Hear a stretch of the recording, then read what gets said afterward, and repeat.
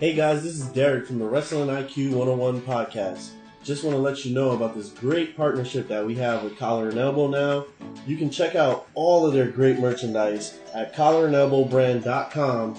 Make sure you use the code WIQ101 to get some great savings. Everybody likes saving money. I like saving money, so you should too. collarandelbowbrand.com, the WIQ101. It's a match made in heaven.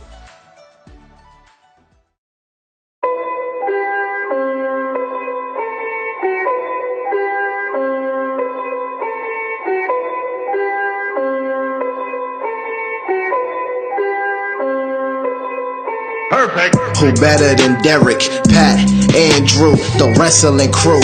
Man, they bout to put an end to y'all careers like a finishing move. They bout to give y'all facts on these cats that's fighting on these mats. Y'all can't see them like John Cena. Even if y'all had 20/20 vision, y'all better listen, pay attention, and take notes down and realize that it's not your time now. And watch these three kings take the crown. Hey, hey. Mike Dell here, aka the biblical, pontifical, unequivocal individual that's not traditional and inexplicable, and you are listening to Wrestling IQ 101. Hey guys, welcome back to another edition of Wrestling IQ 101. I'm Andrew, and alongside Derek, you can follow us on Facebook, Twitter, and Instagram at Wrestling IQ 101. And today we're joined by the Stepdads, Radley Belmont and Wade Krueger. Man, how's it going? I'm fantastic. I'm great because I'm not at work right now.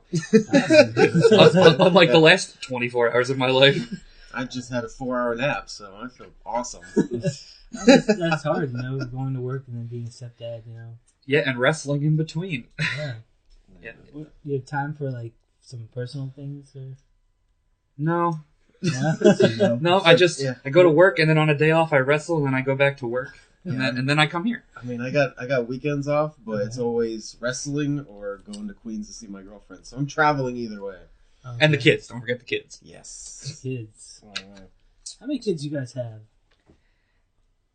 0. It depends on the promo. It really does. Yeah. The last promo we did, we have teenagers. Oh my god. One promo, we had a girl named Emily. Yep. Oh my god. We wrestled with a daughter once. We've had small children. They just age. We had CZW trainees. Yeah, our kids are really good about the fact that we use them in promos. They usually don't mind because they don't exist. And they really don't mind that we change their age and gender. Yeah. They're really versatile like that. It's like Keith Slater, right? They're so nice. It's like they're not even there. Yeah. He actually does have kids. Yeah, but like, That's the funny thing. he was like changing it like 1 week though. He's like, I had 20 kids. You're like, there's no way you have 20 kids. It's like, you don't have that much time. We've actually had people say like, "Oh, I'm a real stepdad. I got to join the stepdads." Like, you're disqualified. Oh. You can't be in. You got real kids. You're out. Sorry. I guess you're out. Yeah. So what's the max number of kids that a stepdad should deal with? What do you think personally? Jeez. I mean, if there's a lot of kids, then they should have a stepdad. That's like if there's like a single mom with like 8 kids, she should find a stepdad like right away. That's too many kids for one people, unless you're like a partridge and a bus or something. I haven't seen the movie, but the Steve Martin movie with Dozens. Yeah. Is he a stepdad in that movie? I don't know. I've never actually seen it. I haven't either. I think he is, right? And there's another one too. I mean, like Mike Brady from the Brady Bunch has 6 kids, and cousin Oliver, but we don't count him. He's terrible. So there's no max for a kid's love when it comes to a stepdad. No. I don't think so, especially if you're. Well, I'd say especially if you're Mormon, but I don't know if they allow divorce. So I don't know if stepdads even exist out there. It's a very weird situation. I have to ask Elder Foreman. Yeah. Well, we're gonna win a championship, and we're just gonna have like 20 kids come into the ring, and the crowd can figure it out. Yeah. Okay, so how about this one? What are the best qualities of a good stepdad? That is a good question. Good fatherly advice, especially if it's like silly and repetitive. Yeah. Like, or not helpful at all. Like, rub some dirt on it. If you could come up with stuff like that on the spot, you're a good stepdad. I appreciate a dad who is as close to Optimus Prime as possible. Dead? Shut up. Hey, I cried when I was a kid and Optimus Prime died, okay?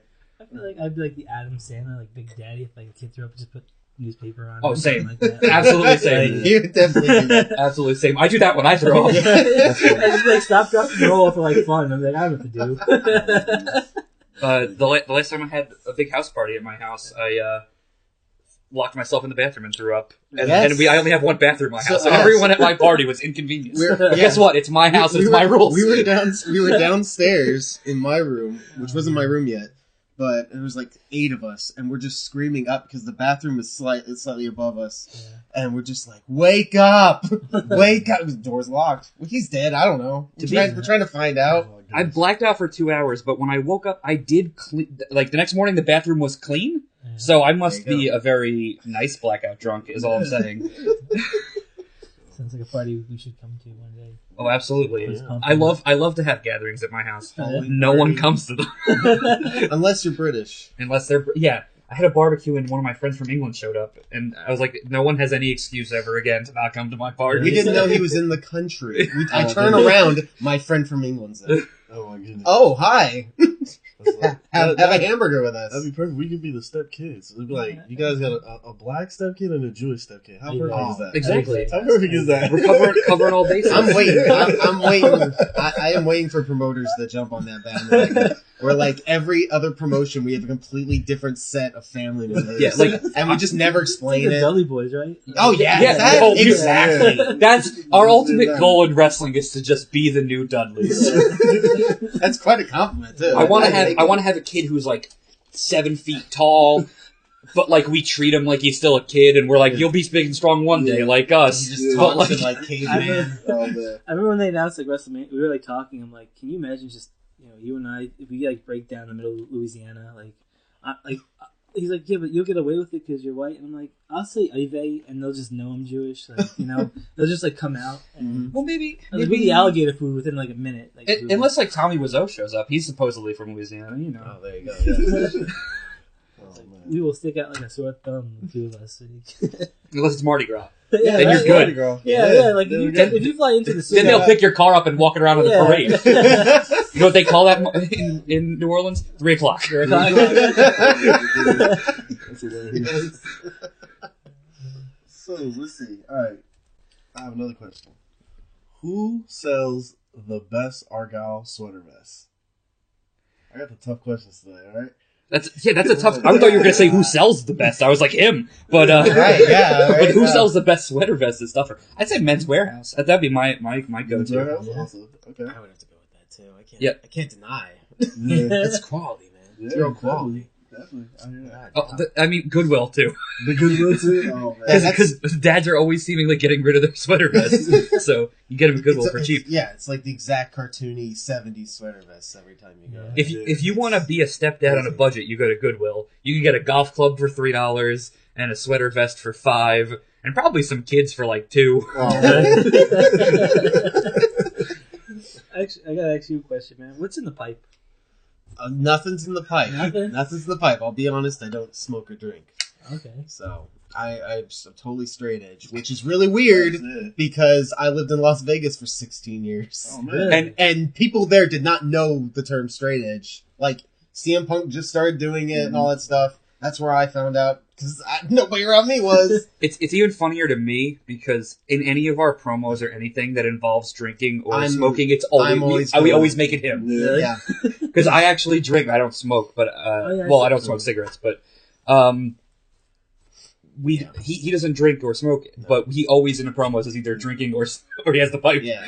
Which makes it way funnier to us personally. Yeah, people know. My dad was a smoker, and my mother's allergic to smoke. Oh my god. So when I was a kid, I thought it was like, I don't know why. When you're a kid, you think rebellious things or the stupidest things are rebellious. So I was like, I'm gonna be the guy who doesn't drink, and I'm gonna be the real rebel. And somehow it just kind of stuck, and I never did it. So. So, you guys, your promos are funny, and it's funny you mentioned that because there's one with the empty Coke bottle, or when you're pouring the beer, and the thing is just the bottle's just hanging in the air and stuff like that. I mean, how did you guys come up with some of these promos? These are all things. They're really funny. So my Give house. Give them the process. Well, first of all, those promos are shot. I have a bar in my basement, and the basement is also his room that he rents. We're roommates. So it's really funny. His bedroom has a bar in it. which is even funnier now that Yeah, you know he that used he's to Brady. have a giant cutout of the world's most interesting man scare the hell out of me when I woke up. It's still in the basement. I had It's a to giant move it. cardboard cutout of the Yeah, world's I most had to interesting move it to man. a different room. But our promos, we'll just know we have to shoot one. It's not like we plan these well in advance. We'll just both be home from work because we both get out in the afternoon, and we'll be like, oh, we got to shoot a promo today.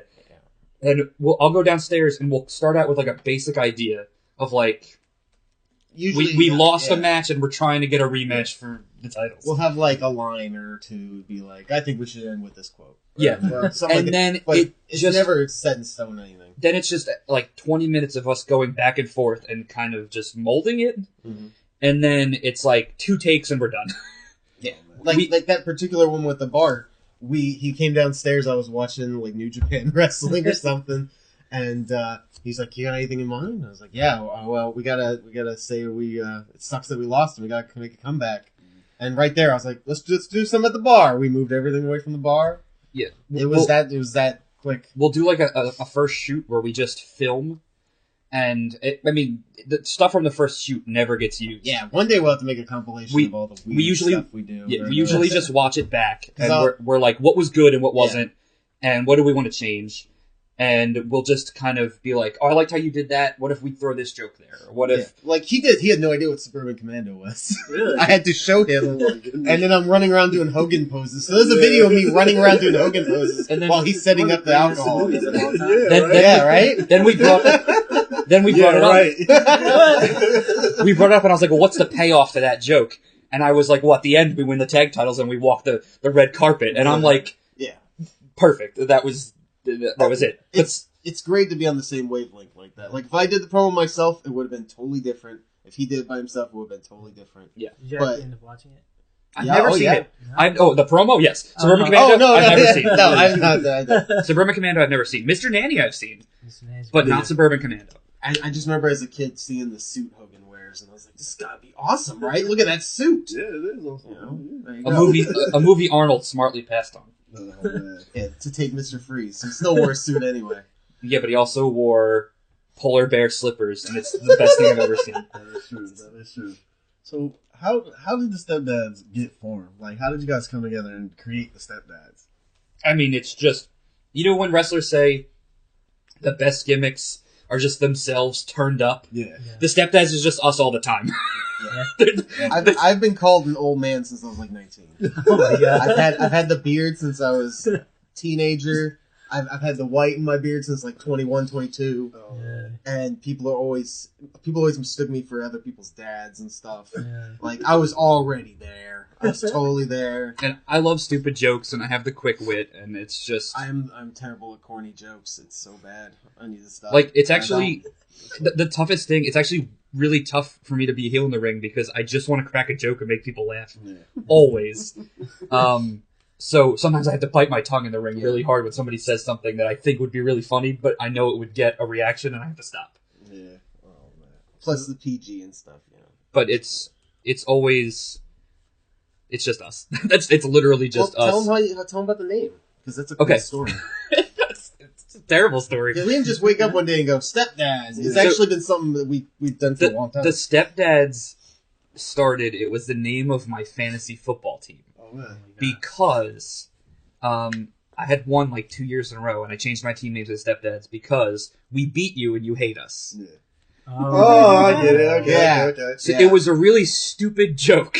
Okay. And then I was like, what if that was a wrestling tag team? And it wasn't even originally like the idea was going to be this. It wasn't going to be actual dads. Actual dads. It was just kind of like That's guys who were similar. cocky. Yeah. Yeah. And it was their name was even a joke. Like that's how seriously they took everything. Even their name was a joke. It was just a reference to something stupid. And then it just were like, what if we just took it all the way the other way and made it where we're actual dads? And Do you remember the actual night we talked about it? no. Pro Wrestling Magic. Oh yeah, we went to a Pro Wrestling Went Magic to a show. Pro Wrestling Magic show. We saw Massage NV Massage wrestle, MV. and we were like, these Oh, guys okay. have a great idea of like their gimmick and what Yeah. works. Like the match, it was a triple threat match, and I didn't even remember the finish. We were leaving just talking about their spots and how awesome they and were. how nothing was too silly for And them. I And was we're like, like, yeah. what if we took this that far? And And that there was you it. go, yeah. We were both training at that point, I was like 9 months in already. Yeah, and we were doing different gimmicks. We weren't a tag team, and we were like, "This is a great idea." And then we started workshopping it at like Warriors on Released and stuff like that, and it just worked. People loved it, and we just kept going with it. Yeah, well, luckily we got a lot of support early on. Yes, like the Warriors of Wrestling guys and stuff like that. Except from the place that trained us. Yeah, but They everyone hated to else get it. liked it, so it's been very supportive. So how long have you guys actually been friends for? August 2010. That's funny how he knows that. I don't, no clue. That's a friend anniversary right there. Yeah, For real, right? there wasn't much going on that year. So here's the way he lived in Vegas at the time, and I lived in New Jersey. We both backyard wrestled, and there was a forum that we were on, a forum that like guys like Fred Yehai, guys who talk about backyard wrestling, they were all in this forum. Fred Yehai, Will Ospreay, So they'd be Matt like, Nix. yeah. So Fred Yehai was like, "Look at me wrestle on this trampoline," and stuff like that. And we met on that because we both posted our stuff, and I was going out. Like we talked for a while. I ended up going out to Vegas on a trip, and we hung out while I was out there. You showed me all those JPW pictures. Yeah, because I used to do photography for Jersey All Pro, so we bonded over wrestling. There you go. And eventually, he ended up moving out here for his dad. I remember that day you were like, "Look at this picture of El Generico without his mask." So I was like, "Oh wow!" It was an accident picture. I was taking a picture with Kevin Steen, and Generico walked by in the back and just did this like face. And now they're both in the WWE, and I'm spanking people in the wrestling room. So props to you for not putting that out there, though. I never, R.I.P. The man is dead now. Yes, El Generico's dead. Respects. Miss him already. Tragic. But yeah, we met through that, and then he moved out here, and then it just kept snowballing until he ended up moving in. I had a room in the house, and it's history. Yeah. It helps a lot to live together too. Obviously, with the promos and traveling, it's perfect. It just kind of fell together. It was never planned. We started at different times. Yep. In actual pro wrestling. Because he was actually training out in Vegas when he was out there, and I was just kind of screwing around in a backyard. And then it just kind of all came together. It's really weird. That things work out in weird ways. Yeah. So you were talking about spanking. Yes. One of my other tough questions: if you had anyone you can spank, fantasy spanking, Donald Trump. Donald Trump. Who would you? That is so. Maria Kanellis. Went the complete other way. I had to. You went the normal way. I had to go the weird way. Oh man! I don't know if that's so weird. That's awesome. Oh, man. And the nice thing is, if you spank Trump, you don't even have to worry about retaliation because he has such small hands. You have to use. See, I like how you have to explain yourself. I don't have to say You have to anything. use a magazine with his face on it, though. He has to be looking at his own paper. You see that? Oh my God, Yeah. I was like, of Maybe- all and- the vain things in the world. The nice thing about my spanking compared to yours is I might get $130,000 out of it. Yeah, I'll just get lost. Yeah, right. For the same price. I'll be able to pay your bill somewhere. Oh, thank you. There we go. So guys, you know, when you guys decided that this like a tag team was going to be for you, I mean, did you think you would make it this far so quickly? No, Absolutely not. never mind. So quickly, ever. Yeah. I didn't expect us to ever win a match. Yeah, Really? this is like an idea that we wanted to try. We wanted to see if it would work. We were having fun. We wanted to wrestle. It had we were getting that itch. We had been training. It was just like what we were doing wasn't fun as separate. We were both doing gimmicks that didn't really fit the people we are at all. I was literally doing a Las Vegas gambler gimmick, which, like I said, I don't drink or smoke, so I came out with a thing of scotch acting like a drunk. And I was like, I think this is how you act when you're drunk. I don't know. I have enough friends. I don't know. I was the Kodiak. So I was like this guy who lived in the wilderness and was kind of like a big scary dude, but it took away my personality and my stare at people. Yeah, because I didn't know how to connect to the character in a way where I could talk. Because I figured that in my mind that character doesn't talk or have a quick wit or anything. He lives in the woods and fights bears. So we decided to try the gimmick, and I mean the first time we ever did it, people were like, "You guys have been wrestling for how long?" and I was only the first time we ever did a match. I was a month in. The first time we ever did a Stepdads match, and you were a year. I was 10 months or something like that. So the fact that it went Like well, pro shows. first of all, was shocking, and then it's just continued to surprise us that people know who we are. Like we go places, and people are like, "Oh, it's the Stepdads," and I'm like, "I didn't even know you knew who that I existed." Yeah. So, no, not at all. Yeah, I expected us to just lose for years and years and years, and you gotta pay your dues and all that kind of stuff. So I figured if we're gonna just get squashed by people, we might as well have fun on the entranceway to get squashed. That was my whole logic, and somehow it caught on, and we've main evented shows. We have tag belts? We have tag belts. I don't know how this happened. I don't know what people see in We us. sell merch and stuff. Yeah. It's totally not what I expected. And I'm very happy about it. You guys have like a very good gimmick, and you guys are very likable guys too. Yeah. Let me ask you guys a question. When we sat here with Seaway and TJ, they were joking about who is the Marty of the team. You guys do that sometimes? Two genetics. Two genetics. We've already established that. Hashtag. We've already established that. Yeah. Hashtag two genetics. Oh, that's funny.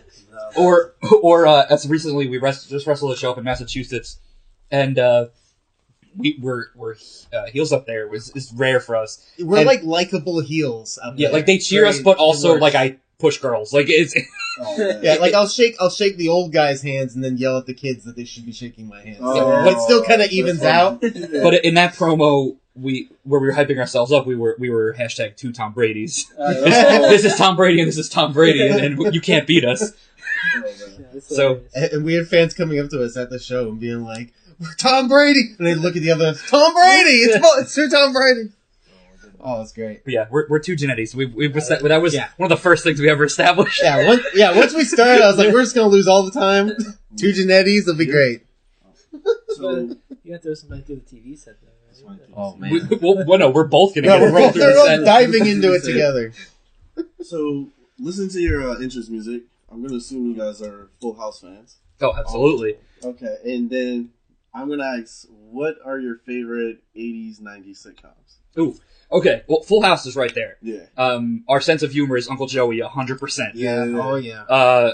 And also, I mean, Bob Saget, Danny Tanner is like one of the greatest TV dads of all time, so he's right there. See, I'm a huge Married with Children fan. Oh, I grew up with that. That's I my love favorite it. one. I can go back and watch it anytime. Hilarious. Family Matters is great until it got weird, and it was just focused on Urkel and his time machine. Yeah, it was just became Urkel, the show. Yeah, once Urkel went into the time machine and Darius Carter came out, it was all over. That's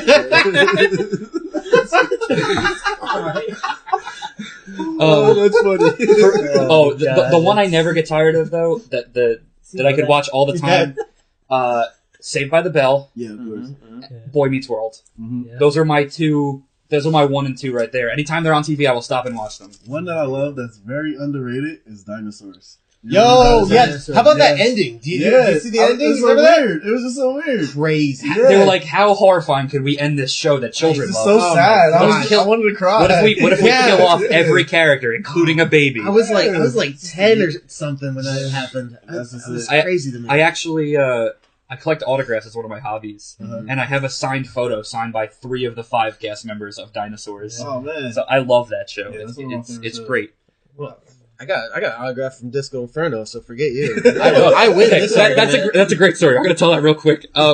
So for Christmas we were exchanging gifts, and I had written to Disco Inferno. No, you wrote to Goldberg first. Well, I wrote to Goldberg first, and he didn't read my letter, so he signed it to Justin, and I was like, well, it wasn't for me, but thanks, Bill. The other person who sounds like they're disappointed. Well, I mean, it's cool, but like, it wasn't for me. I actually don't collect wrestler autographs because I think it's weird. I mean, at least it's Goldberg, it's his real name. Yeah. But it's weird for me to collect autographs from someone who's like writing a fake name, personally. It's just weird. Other people feel differently. It's like, it's a stage name. Yeah, I'm kind of weird about taking pictures with wrestlers unless I actually know you. And I was always a pictures That's what's person. weird to me. But so I tried to get Goldberg. He signed to me. I mean, whatever. And then I wrote to Disco Inferno. But I also got an autographed photo of Adam West from Batman. Yeah. He's a huge Batman fan. And that Halloween, I dressed up like the Surfer Batman. Yeah. For So- his Halloween party. I got this picture of Disco Inferno, and I framed it. and he opened it up and just died. He's like, this is the silliest Christmas gift I've ever gotten. Yeah, and being like a WCW guy, like the whole time WCW was around, I couldn't stop laughing for like 10 minutes. But I framed the Adam West picture behind it. So I was like, oh, you should look in that. There's like a note on the back. And when he opened it up, the picture of Adam West fell out. It was the actual Christmas gift. And so it was Batman in the suit. So it was a way cooler gift, but it was also I'll never forget the reaction of his face, just opening up this giant signed photo of Disco Inferno. It said "Burn, baby, burn." It does say "Burn, baby, my burn" name on it. Were you also Batman that party? Because like 2 Batmans. Right? No. That might be next year. I was Captain Boomerang. That's right. Yeah. Because I cosplay as Captain Boomerang. Right. Because I don't know. I like the character. I like the look of the character from Suicide Squad, even though the movie was terrible. He was like one of the few redeeming things about it. So. And you had the stuffed animal and everything. Yeah, I have the unicorn. I have the look. I have the jacket. I actually used to wear the jacket as my entrance gear when I was the Kodiak, the big leather jacket. Oh, nice. So you're a big Devils fan, right? Oh, absolutely. Who's your favorite player of all time on the Devils? Patrick Elias, which has actually recently caused some problems because I had to miss bookings because they just retired his number recently. Yeah. So I had like 3 or 4 feds be like, "Oh, can you come in on this day?" And I was like, "I can't because I'm gonna be somewhere." Yeah. And they were like, "Oh, family event." I was like, "I'm watching a guy's number get hung in the rafters." And it was, if I've been watching hockey for almost my whole life, so that was such a big thing for me that it's hard to explain to someone who's not a fan that like only 5 guys have ever had their number retired by the Devils, and like I wasn't gonna miss this guy I've been watching my whole life get enshrined. But it caused some interesting reactions. Don't worry, I picked up your slack. Yeah. Got a rare singles match he out wrestled of a it. singles match. Nice. One show we canceled because I knew way in advance, so we just didn't take bookings. But we had taken a booking in June for a show that was supposed to happen in February because I don't know, the person has way better future sight than me. But in October, 4 months before the show, I was like, we can't make it, sorry. And then I got an earful about it, and then the show got canceled. So. I understand. And even when we won the tag titles in November, we were like, just so you know, he can't come in February. You still want to do this? They were like, yeah, just come in as a singles is fine. So I went down there and wrestled a singles match where if I lost, they would have won a tag title shot. Oh yeah. Had to make it work. That's actually really funny. It worked out. The day we won the tag titles, I had to tell the booker of that fed, I can't come to your next show. Oh man. Nah, it worked out great. They loved me. Yeah. That's funny. So let's see. What are some of your pet peeves that you guys have of the new generation of whippersnappers? Oh boy. They share too much of their lives on the internet. Yeah. And a lot of it is stuff that, like, no one cares about. Yeah. Just like, no one needs to know you were at the mall. No one needs to know you ate a good sandwich. It's just, post important things. I don't want to hear about how long that red light was. Yeah. Okay? I wasn't there. I don't want to see your Snapchats of you bobbing your head to a song on the radio. I don't want to see Snapchats of a concert. No, you didn't even watch it in the first place because you got your phone out. Why would I want to watch it? The worst ones are when you go on Facebook and it's like a response to something you've never seen. So it's like, I hate when this happens. And that's the whole post. And you're like, what? What does that mean? Especially when it's something, it's like I hate when a bird flies out of the sky and steals Donald Trump's toupee and flies off into the sunset. Like, that's never happened. You've never seen that. I hate it too. A lot of people do. Like, what's something? That bird was hid. People hate very specific things and feel the need to post about it. I was like, that's not an issue I've ever had in my life. Yeah. Don't you hate when you're driving to work and your car gets stuck in quicksand? Me too. Justice. First world problems, right? Yeah, sure. No world problems. Cartoon problems. So it sounds like you guys are in touch with, watching television and movies and stuff like that. You like movie quotes, right? Absolutely. What are some of your favorite movie quotes or favorite movies or shows that you... Okay, well, I'm going to start with an obscure one just because we almost used it as the opening quote of our entrance music before the Full House thing. Uh-huh. There's a movie called Pain and Gain starring Mark Wahlberg, The Rock, and Anthony Mackie. Future President The Rock. Yep, future president 2020. There's a quote in it where Mark Wahlberg is just destroying these kids in basketball, and he yells at this kid, keep it up. I've seen your mother driving up and down this block. I'll be your stepfather by the end of the week. And it was almost the opening of our original theme music. That's a good movie. Underrated movie. Like, dark comedy, but really good. I mean, I love bad movies. I love The Room. The Room is so quotable. So quotable. I love, like, Troll 2. If it's a bad B movie, I love it. Okay. I mean, we both love comic books, so we both love the Marvel stuff, and we tolerate the DC stuff. You more than me. Me more than him. I don't know. What about you? Oh, jeez, I don't even know off the top of my head. Now I'm just thinking of DC movies. It's making me mad. I watch far too much, like, Netflix and stuff. Yeah. Like, recently a movie I really like that people probably haven't seen is Logan Lucky, which is Channing Tatum and Adam Driver. And they're, like, rednecks who rob a NASCAR race. Really? It's really entertaining. I really love, like, Black Mirror on Netflix is one of my favorite shows. My first episode. Well, the one people need to check out if they want quotes is a Tick. The new Tick show. The new Tick show is great. Funny. Oh, I've seen it, but I haven't watched it yet. Oh, I've seen the commercials for it. We The also, original creators on it. It's so funny. I love the Tick. if you love stupid humor, go on Netflix and watch American Vandal. Yes, American Vandal's It's basically Making a Murderer, but about a kid who just spray painted a bunch of dicks on cars at a high school. Yeah, he just feed on all the teachers' cars. But they do it like it's a crime drama, where like they're Super like serious. studying the evidence and it's super serious, Oh, my goodness. and it's great. like investigative reporting on these dicks. Who did? And it's like, who did the dicks? Super dramatic. And the guy who's like the guy being like the guy who's in trouble for it. He's just like, come on, man, I didn't do the dicks. Come on, and that's his whole defense for like half the show. That's hilarious. Really?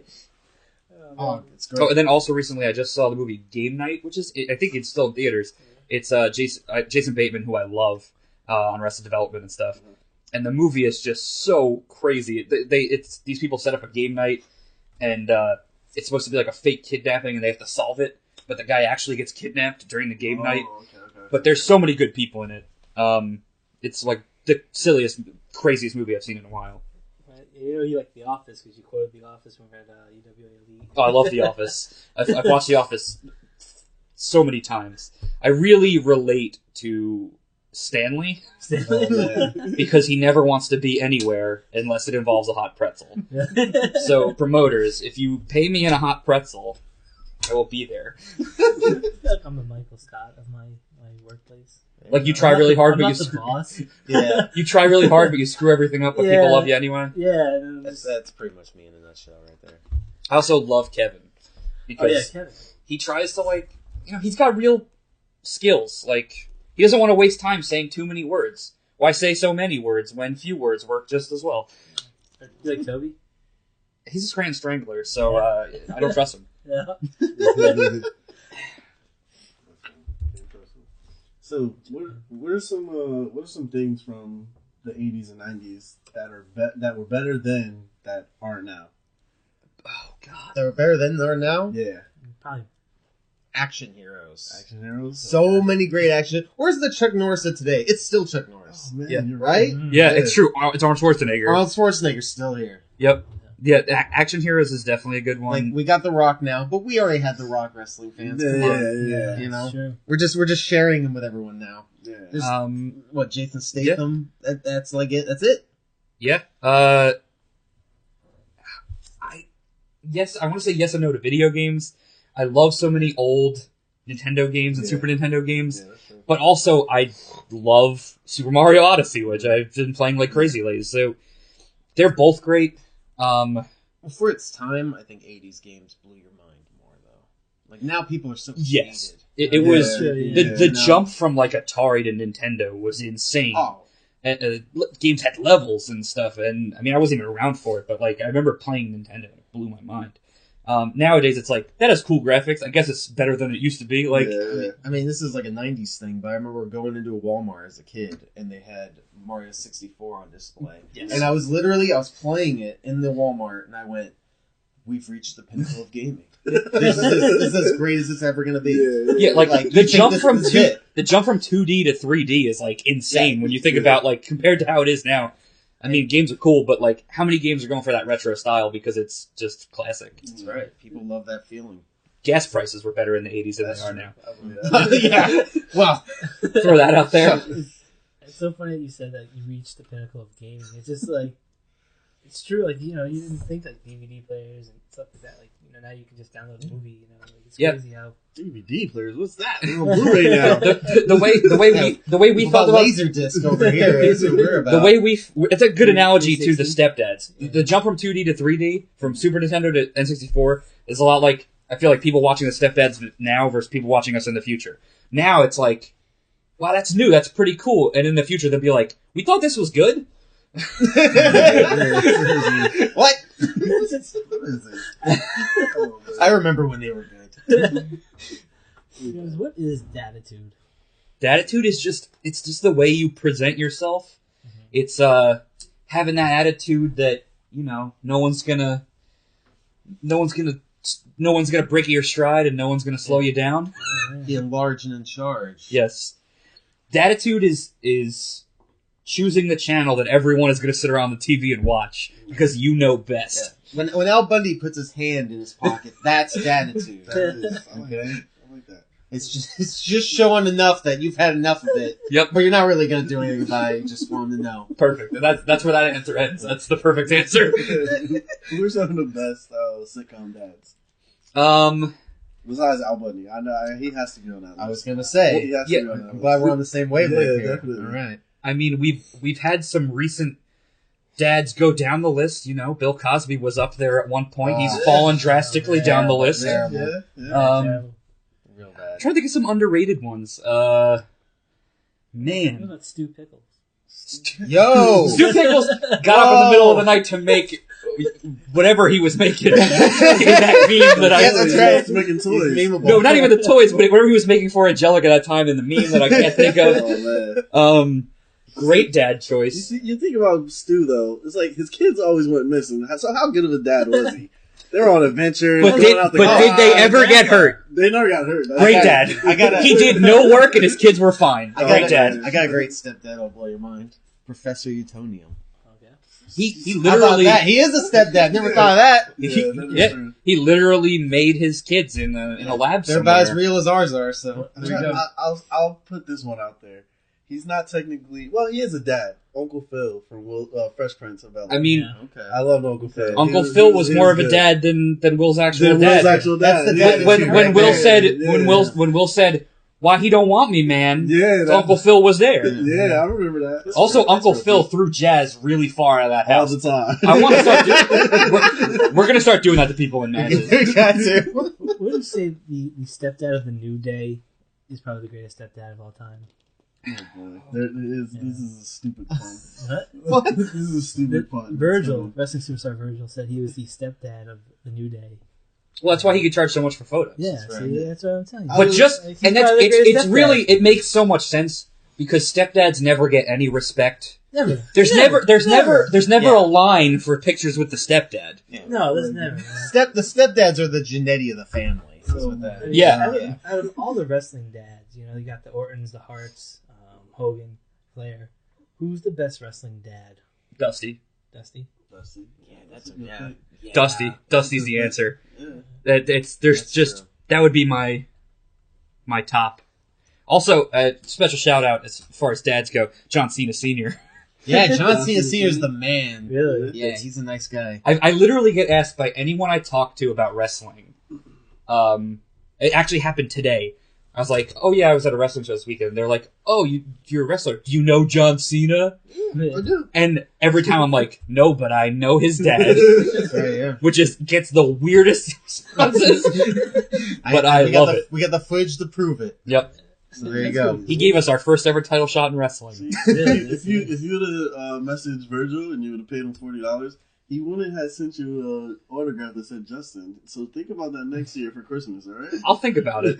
And we always have this saying during intermissions where people come up and they go, oh, how much is the autograph? And I go, Oh, for $5 I'll sign it. For $10 I'll give it to you. Oh man. Oh, man. We've also had a few intermission book signings. We don't have a book, but if you bring a book, we will sign it for you. That's right. Man, Yes. That's hilarious. Oh yeah. I like that one. So, I would ask you, the newspaper, is that the same newspaper or do you change it up? I change it up every time. So much thought goes into that damn newspaper. Yeah. He will go through and find the best headline. So at my work, a lot of the old guys there will just leave their newspapers in the break room. Okay. And I'll sort through them for days that week. Yeah. And it'll be the most random ones. It'll say like, professional con man, or it'll say back in action, or whatever the title is. Yeah. And I pick the best one that week. And before that, I used to just pick up one at the store, like down the street from the venue every show. And if it ever has the title, it has the word jobs in the headline, we use it every time. Like, early on, I was using when I had the same newspaper for a while, it said something like jobs rising by the day, or something like that. Oh, man. That's great. You should probably make like an Instagram of all the newspapers that you use. I wish they get destroyed after every show. Right before you do it, like just take it like a snap. Yeah, you're right. Every time we do something with a newspaper, it either gets jammed down his throat. It never me. I save the newspaper if I can, but it always gets jammed down his throat or ripped and rubbed in his face, or Joey Adams kicks through it. Yeah, just kicks right through the newspaper. Nice. So you have this when you're wrestling, you have like this unique like clap that you do on your stomach. Yes. So I was gonna ask you, how do you get the perfect dad bod? Oh man, What goes into that?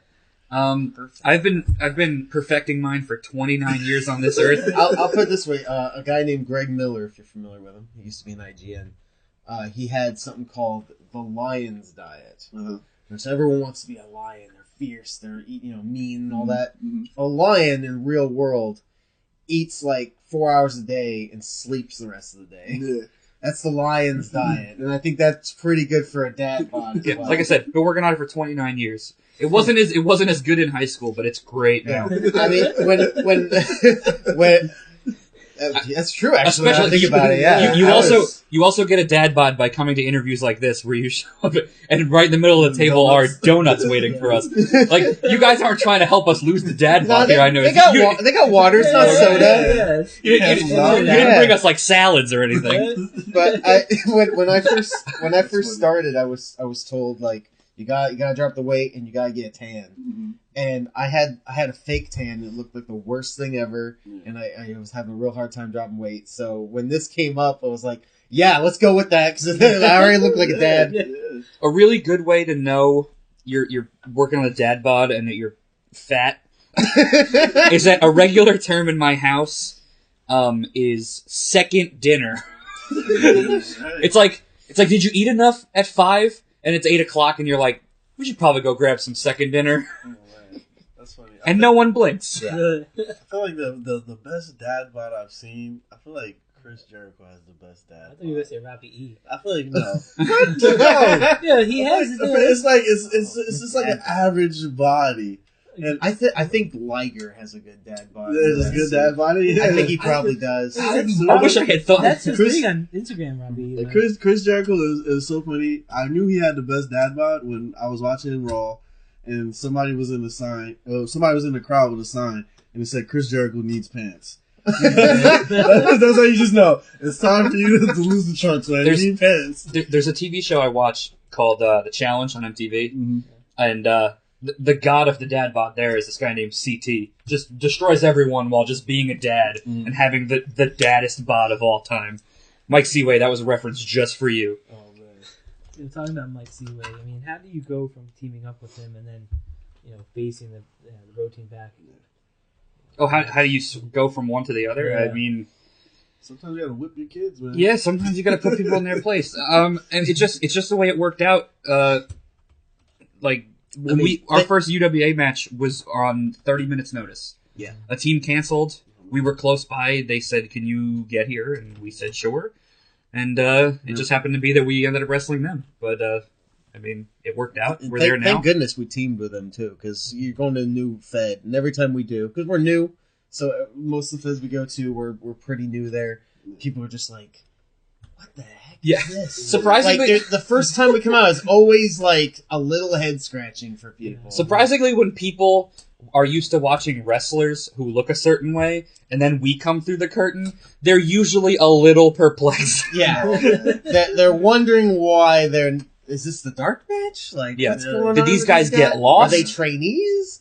So us coming out with Seaway and getting that ovation we did at Setting the Standard, was exactly what we needed to start. To the point that one of the first times we were ever at a show, we were just in the crowd in our full Stepdad gear, which we think is absurd. It's sweaters and we were in the crowd for half a show, and no one realized we were plants for the show. Man. So, like, we were setting up an angle for the next show. Like, halfway through the show, we were going to do like a little brawl. but we sat there the whole But time. we sat in the second row heckling the matches for half the show. And we were being very loud and standing up and yelling Stepdad stuff. And yet when we got into a shoving match with the wrestlers that we were setting this feud up, people left the show because they were frightened because they thought it was real. Yeah, like the people were scared of us. Yeah, the wrestlers' families around us were like, "Oh no, they're fighting." The promoters' parents were in front of us, and I saw them go to their son and be like, "Was that real?" Oh my goodness. So typically when you guys like debut for someone, do you usually get cheered or do you usually get booed? Usually it depends on what we do.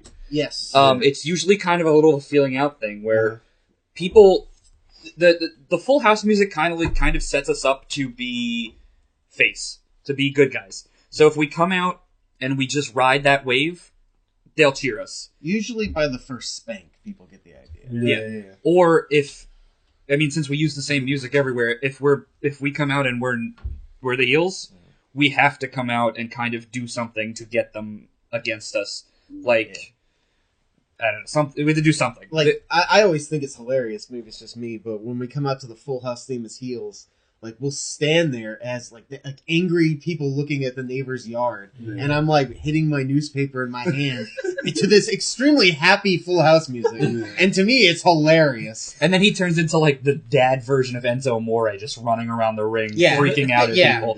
The most active is when I'm a heel, because I'm just running up and down the aisles, just yelling at children. But it's kind of a little more, we kind of use the crowds, especially if it's our first time, we use the crowds not knowing us against, or in our favor, where we'll come out and they've never seen us before, so they don't react, and then we start yelling at them for not cheering us. So it's just, we have to work either way, because crowds are just like, what is happening? Exactly, So guys, what are some of your goals, in the wrestling? I want to be remembered as, the guys in the Muppets who sit in the balcony and heckle everyone? Yeah. I just want to be remembered as those guys of wrestling. Statler and Waldorf. I want to be the them of wrestling. That's right. Yeah, we've talked about that before. That's literally it. But really, it's just, we want to wrestle people that we've admired and watched. We're wrestling fans. We want to be a part of the thing we love. Yeah. And It's really, for us, it's just, we want to entertain some people.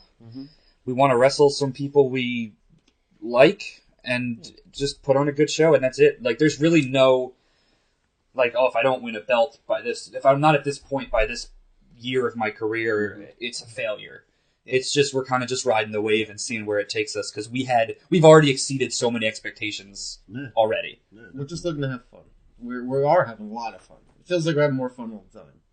Yeah. And that's what's important to us, is that, you, like when we saw Massage MV, I don't remember anything about that match, but those massage guys were hilarious. Yeah. That's good enough for us. Yep. And we have people, go, oh yeah, I remember those granddad guys.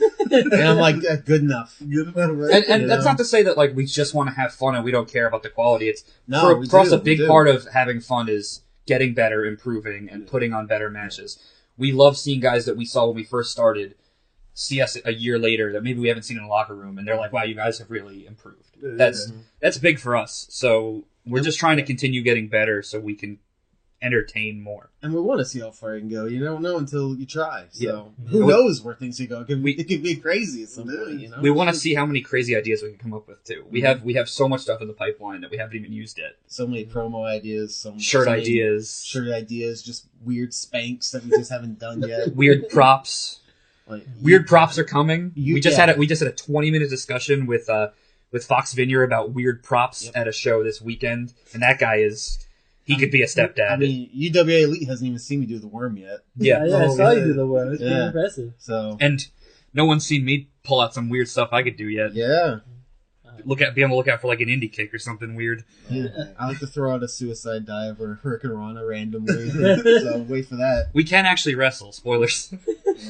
So when it comes to like fantasy booking, if you guys could put the Stepdads up against any tag team, we talked about this past or before. present, who would Do you want to say it or me? Do you want me to say it? Wait, you want to count it down and see if we say the same one? Right. I can't imagine we won. Count it down, boys. Count it down. 3, 2, 1. Three count. 3 count. Oh man, that's funny. That's funny. Awesome. But Evan Courageous has to be involved. He has to be a manager or something. And we already met the Hurricane, so we're halfway there. Yeah, he was awesome. Yeah, he was. So we were just talking to him about the tick too, actually. If it's at the show. if it's a weird, obscure tag team, I'd love to wrestle them. Yeah. Kenzo Suzuki and Rene Dupree, Yes. bring it on. They were a great tag team. Too cool. Too cool. Spirit Yes. Squad. Spirit Squad, yes. Techno Team 2000. Like, Massage MV. yeah. Might as well. For me, the guys like when I think of tag teams, I loved watching. I feel like guys like you think of like the big like the LOD and the Road Warriors. You think of like Hardy's Edge Christian. Yeah, Edge and Christian is the one that was like the big one for me. I thought they were hilarious. Everyone remembers the Hardys from those feuds. Like they're the team you remember, but I always thought Edge and Christian was my favorite. I always skew We got the older, I Dubbies. think. Oh, okay. Yeah. See, I always skew older. I think of Rock and Roll Express, Harlem Heat, Yes. Yeah. you know, because I was a WCW guy, so Yeah. I always think WCW teams. He didn't watch any, he was on the wrong side of history.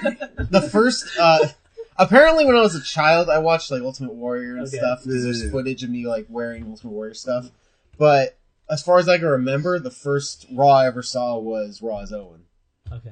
So, and before, like to me, Hulk Hogan's theme, that was Paris and Briscoe's theme. Yeah. So, like, I had no idea I have some as weird, a kid. like No. my earlier wrestling memories are weird. I was a huge Bret Hart guy. Yeah.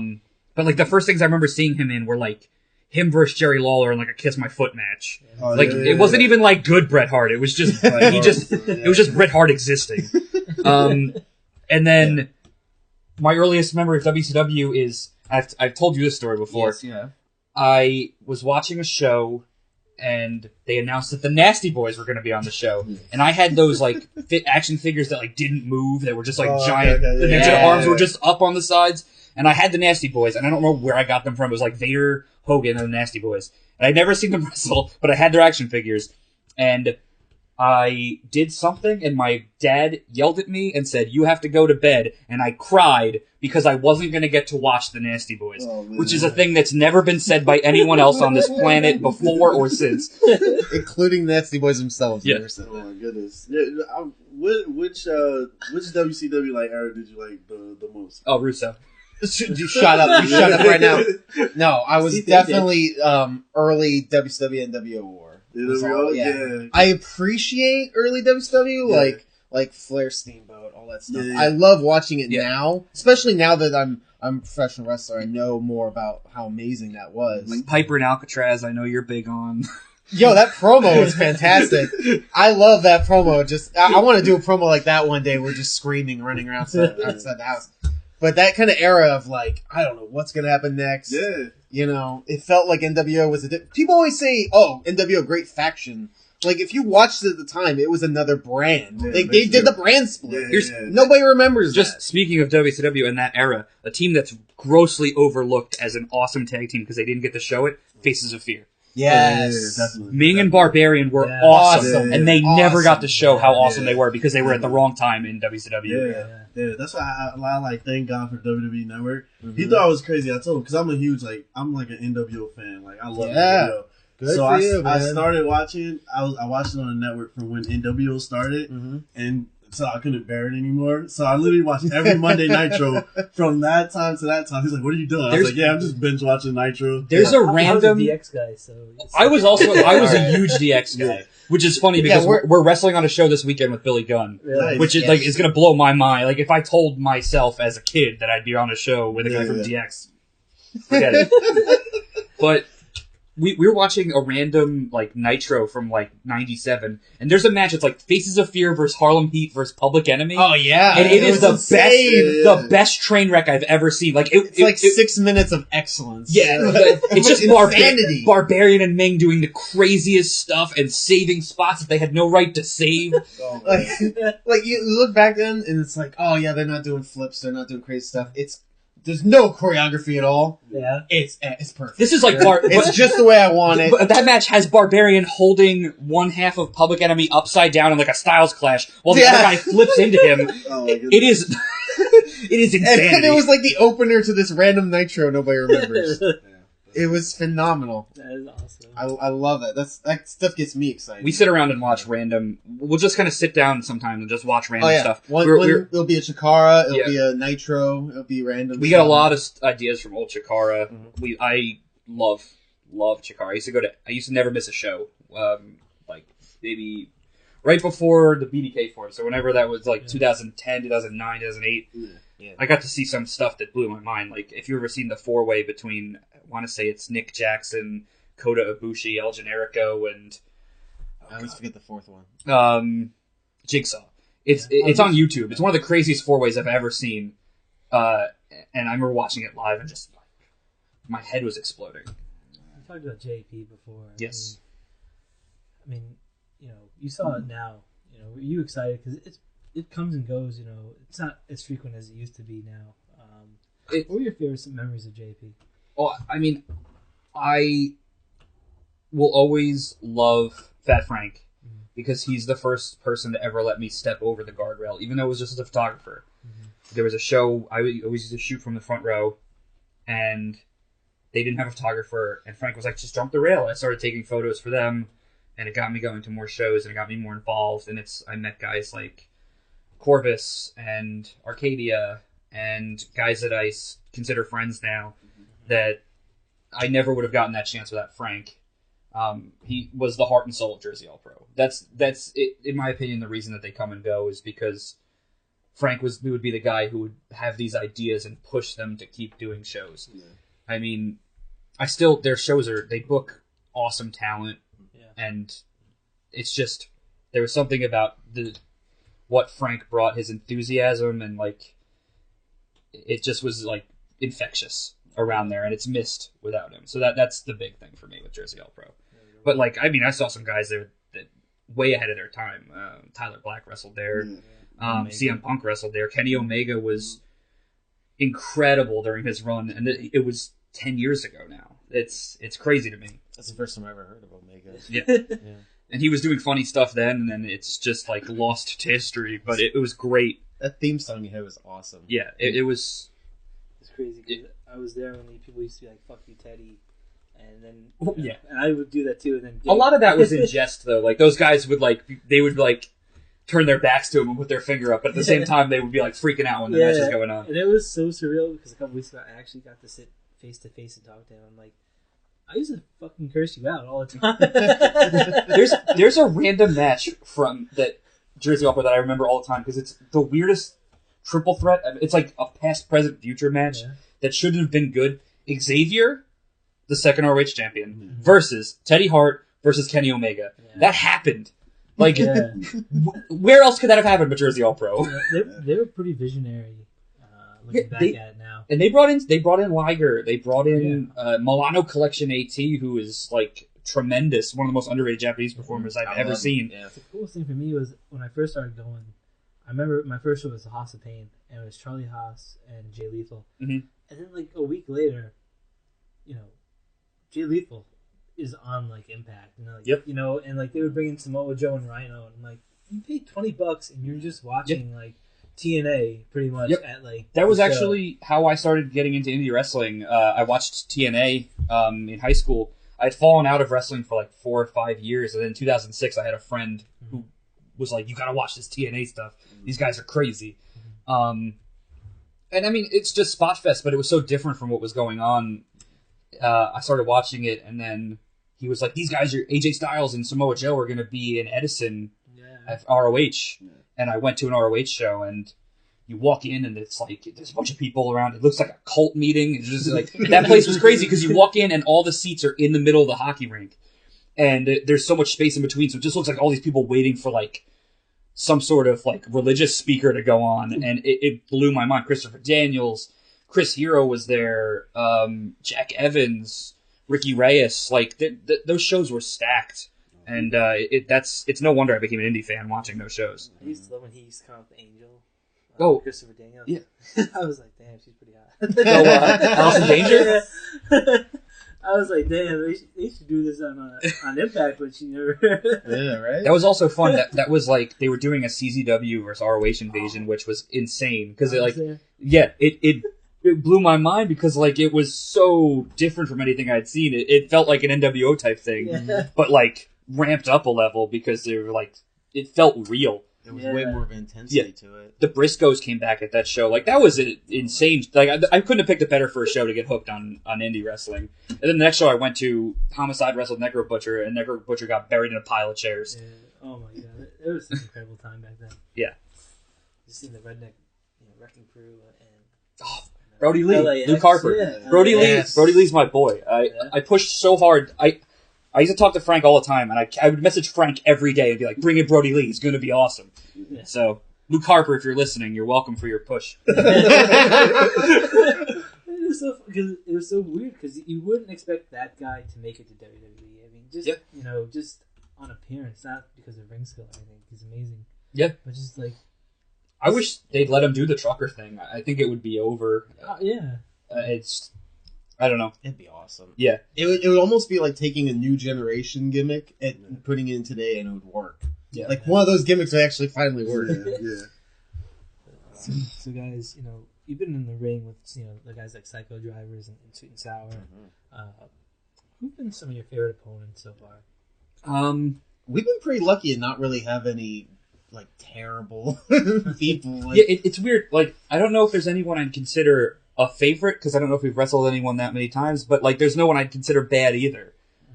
No. I mean, wrestling Sunny Kiss was a lot of fun. Yes. Because it was a different dynamic. We were always spanking people, and with Sunny, the buns of steel, it got turned on us. It got turned on us, and doing it that early in our run, it was like such a fresh thing for us. It was so much fun. Yeah, I was actually going to say that was one of my favorite matches watching you guys, and that I felt like it was a perfect example of like your guys' character of the Stepdads and facing Sunny Kiss and Dickie Moon. Like, what better perfect representation of the new generation? Yeah. Especially with Sunny Kiss, like the new generation, and it's like the clash of what you guys are fighting, the new generation. Exactly. You know what I mean? That boy ain't right. Oh yeah. It's so fun to do stuff like that too, because those guys, like, it's never more frustrating than when people want to put you in a box and they're like, do this move, and you've never done that in your life. Like, that was a match where, like, and we've had this with most of our opponents, where it's just, we get what they do and they get what we do, and we kind of make it work. Where, like, no one's forcing anyone to be who they aren't, and it ends up coming out better that way. Mm-hmm. Yeah, we always try to have, like, a certain style to what we do, have, like, a flavor. Yeah. So, now it's starting to become a thing where people, even last weekend, Kennedy Copeland was like, "Oh, we have a Stepdads match today. I want to do all the Stepdad stuff. Yeah, I want to do all your stuff. I want to do all your shtick because it's so different from what I do, being like a technical wrestler and all that stuff." Yeah, and the match opened with literally, I just kept, I shoved her, and like she ran at me, it got mad, and I was just like holding her head back while she was swinging and couldn't reach me. Like, I got to be a jerk, which was fun. It's all about finding what works and what doesn't, and just be you. Luckily for us, we got, like, with the spanks and all the stuff we do, it's so different that, like, early on, I would have to ask, like, is anyone doing a superplex? Is anyone doing this move? Is anyone doing this finish? And now it's like, who's gonna do a spank in their match? Yeah. Like, and if you are, get out of here. Yeah, like, we don't really have to worry too much about that kind I of can tell you who our favorite opponents aren't. The Cash Masters, because I've never heard of them. Yeah, never heard of the Cash Masters. Cash Masters, you said? Yeah, I don't know who they are either. I don't know. That's just a name I made up. Yeah, that sounds about right. When you guys, when you use your butt, is there anybody who inspired that? That shit comes from a lot of people telling him he has a big butt. Yeah, including Sunny Kiss mentioning that. Oh my goodness. When you get a compliment on your butt from Sunny Kiss, you make note of it. I feel like I won something that day. But yeah, it was that. Buns of Steel or something? Yeah. It's pretty much the Buns of Steel match got me thinking about it, and it was great. It was perfect. I'll tell you, like, who I would like to see you guys wrestle. I would love to see you guys wrestle CPA and Habib. Yes! That would be so yes, that would yes, be hilarious. I would love that match. Oh my gosh. I want to wrestle CPA so bad. Yeah. The first time we met him, I remember we yelled, "It's good us! Look, it's good us! It was We want to be like them!" the Breakfast Club, CPA and Kip. Yeah. That'd be a love good to one wrestle too. That'd them. be a good one as well. Oh, that yeah. would make my day. I would love that. The Kids in Detention versus Stepdads, right? Yeah, that'd be hilarious. That'd be hilarious. Habib from the car wash. I go way back with Habib. He's a good guy. That's a pretty sick match, actually. I'm trying to think of the team I want to see. I mean, as far as UWA Elite, I'd love to wrestle Team Thomas. Yeah. Oh, that'd There's be gonna be a hilarious. lot of I would fun like there. that. That'd be good. Yeah, you got Maga- Megaphone, Inside Voices, mister. Yeah, you got Magaphone in there talking about how things used to be better from back in the day. Yeah. We are better because we're from back in the Yeah, day. yeah. That's why we're better. Yeah. That'd be hilarious. The promos on that would be hilarious. Oh, man. We have, we're just, the sad part is how far ahead we are with promos where we think of ideas for stuff that hasn't even come close to happening. Mm-hmm. The other day on our car ride up to Massachusetts, we spent an hour talking about what we're going to do the first time we lose a title. And we barely just won a title. Oh, my goodness. Do you guys ever feel like you've had enough of each other for, like, Every day. really? That's why we live on different levels of the house. Different worlds. But, I mean, not really. Like, sometimes I'm just like, Rad, get the hell away from me. Because Rad is like a 24/7 wrestling encyclopedia. Yeah. And sometimes I'm like, just please get away from me. Guys, I really like wrestling. Yeah. He'll be like, I was just watching this thing on YouTube, and I was like, I'll just be like, cool. Yeah, I'll run upstairs and I'll be like, look at this thing Michael Elgin did. And you'll be like, go away. I'm like, all right, see you tomorrow. Yeah. He'll come up and be like, he'll just like run in the room and be like, you gotta see this. I just watching New Japan, and I'm like, Brad, we're at a funeral. Oh man, yeah, trust me, I feel your pain. Like, so he sent me like a Meat Sauce City thing from Virgil. I'm like, why are you sending me this? Yeah. He knows I hate Virgil. It's like, don't send me anything with Virgil ever. This guy sends me YouTube or Facebook messages from downstairs to send me spot ideas. Oh my goodness. I sent him like an Al Snow thing. I'm like, you gotta watch this thing. It was like pretty genius. And he's just like, all right. It's just like, it's funny how, I can't imagine being without him. But this is every day. Every day. Exactly. Teammates. That's what. We're always looking for people to join us in our car rides out to places because we can only talk to each other for so long. He'll talk wrestling. I'll throw music on, and at some point we'll just do sing-alongs and end it there. I'm trying to get him hooked on different music because I listen to all weird like indie stuff, and he listens to like Five Finger Death Punch and everything that was popular in 2002. So It's crazy. Justin Bieber, Selena Gomez. Gotta get that grunge, man. Get the grunge. Get the hair metal. Bloodhound Gang. Oh, that One Direction. No. No? One Direction is down. That's the direction that's going. Alt J. Weird stuff. Backstreet Boys. No. Once in a while. Maybe some Backstreet That'll Boys. come on in Maybe the car. NSYNC.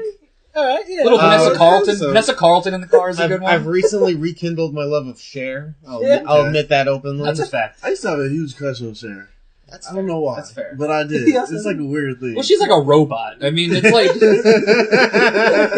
like she's like 90% made of like She's animal definitely parts. got like an Amazon vibe going Yeah, on, I had a right? huge crush on her, and I had a huge crush on Celine Your Dion. friend Yeah. dressing. All right. I don't know why, Yeah, but like- I just did. If like Wonder Woman's mom was like There a you go. singer, she'd be Yep, Cher. there you go. Yeah, there Yep. we Did go. you have one friend dresser too? Ooh, oh, Fred, yeah, I love her. The nanny. I thought she was hot. She was on TV in skimpy dresses in an era where I mean, I'm that was on the whole board point, with that. right? That was the whole point. That's an underrated 90s sitcom right yeah, there. the nanny, for sure. I'm all about as probably like one of like 3 people in wrestling who loves Broadway. I appreciate the nanny because he was a Broadway producer and always talked about Andrew Lloyd Webber, who looks like an actual monster person. So She's hot, and I like her voice. and The butler was funny on that show. Yeah, he was. Niles was great. If you didn't watch The Nanny, you've probably led a normal life, but you missed out. Yeah. My crush was like Sonny or Sable, but yeah, Fran Dresser, it's normal.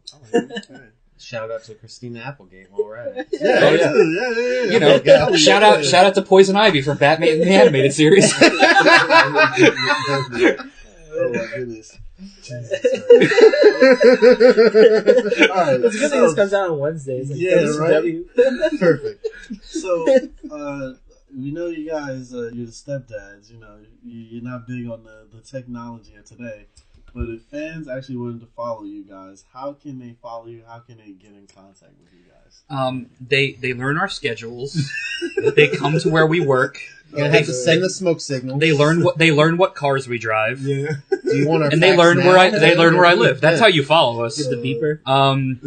On technology. It's funny when you said, I know you guys aren't big on tech. I was gonna say technical wrestling. Yeah, you figured us out.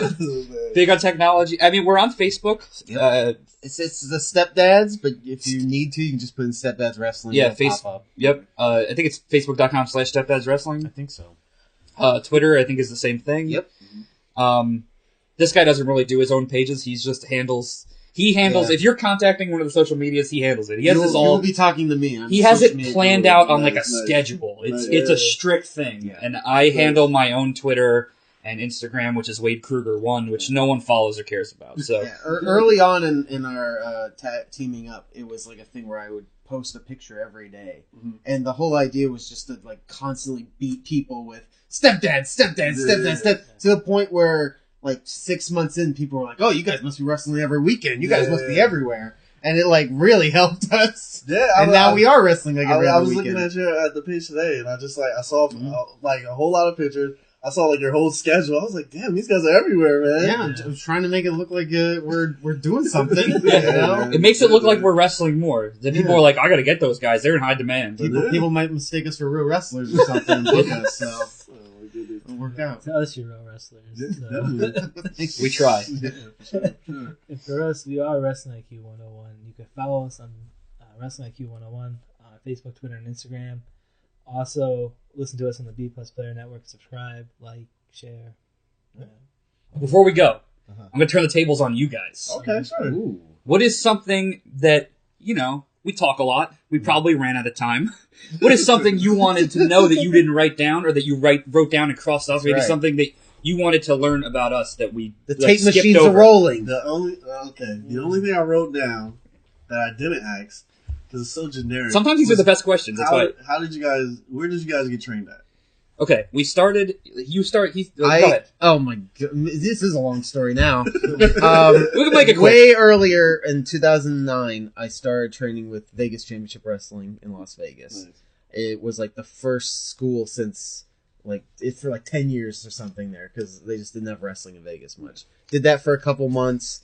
Did a little bit of indie stuff there. Stopped. I was like, not for me. Then fast forward all these years later. I got a little bit of help from Johnny Strong, if you remember him.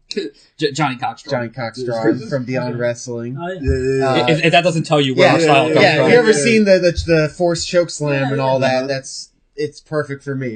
He was the one that taught me about character work, and you gotta understand how to, really present yourself and everything. And then I started with the Susquehanna Wrestling Organization, which is in York, Pennsylvania, in a barn. There's a guy there that runs it, is named the Wolfman. Used to be an ECW, but when they were Eastern Championship. Yeah, very early ECW, so he does that area, and then he ended up jumping on there a little while later after me. Yeah, it's a very unorthodox kind of situation. Yeah. We trained, learned the basics, but I mean, you're never done. Everywhere we go is just a chance to learn from somebody new. Yeah. We're always the guys in the locker room who are going to pick somebody's brain and ask for advice and ask guys to watch our match and critique it and get advice, because it's always better to have an outside in. I mean, we know what's good and not good, but we don't always know specifics or what something's doing that everybody has their pet peeve. Yeah. So someone's watching our match and going, I hate that they're doing that, and we're not even noticing it. Yeah. So it's nice to get that. It was like going to the school helped us not embarrass ourselves. Yeah. But now we have to actually learn how to be good and how to, make everyone else look good. And all the have wrestling concern. training can only prepare you to be safe in the ring and protect your opponent, but getting in front of a crowd is something you gotta just learn from getting out there and learning it, because you can't practice that in a barn. Right. You can get your driver's license in a tiny little parking lot, but then when you're on the highway, you gotta really learn how to drive. Yeah, and I still can't parallel park. So. I'm from Vegas. There was no parallel parking in Vegas. Oh, man. Well, there you go. So now I got another question. Throw it at. We're here all night. I had a 4.5 hour nap. I'm great. Because we asked who's the best dads from sitcoms. All right, so if you guys were dads in sitcoms, who would you want to be your sitcom mom? Well, not your mom, your wife. Yeah, Your mom, you know what I okay. mean? Yeah. Ooh. See? That's a tough one. I'm gonna go probably way off the board. Please do. With the mom from Dexter's Lab. Oh yeah, she was pretty hot. Not only was she pretty hot for a cartoon, Yeah. she always wore her rubber gloves. Yeah. She lived to cook and clean. And I'm not saying that's all that a woman should do, but she lived for it. Yeah, when she didn't have her gloves, she had like a psychotic breakdown. Oh my God. That's the answer. Yeah, definitely. She became like a cleaning superhero. Yeah, for real. That's my I answer. don't think I can beat that. That was so good. I was just waiting for you to say Peg Bundy, but I would. I You thought know that what? was I coming. was gonna say that, and I was like, coming. okay. yeah, that's my answer.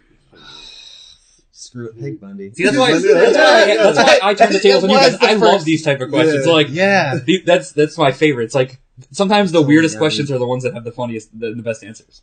Oh, Raven's wife. How about Dick Van Dyke's wife? That's a throwout. That's a throwback for you. What about I mean, would Jeannie from My Dream of Jeannie count? If that counts, I'm in. I'm there. I think I would pick. Fran Drescher. Well, nanny. That would be a good She pick. was stepmom, But right?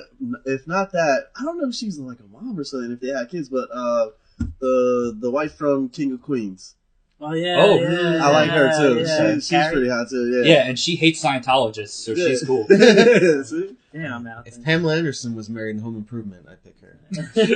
Heidi? Yeah. I don't know. All right. Yeah, there's a couple of good ladies out there. The sitcoms know what they're doing. yeah. Definitely. All right, so that was pretty good. Yeah. That's pretty good. So, for us, again, we are Wrestling IQ 101. Follow us on Facebook, Twitter, and Instagram. Listen to us on the V Plus Player Network. And make sure you like it, subscribe. Definitely, bro.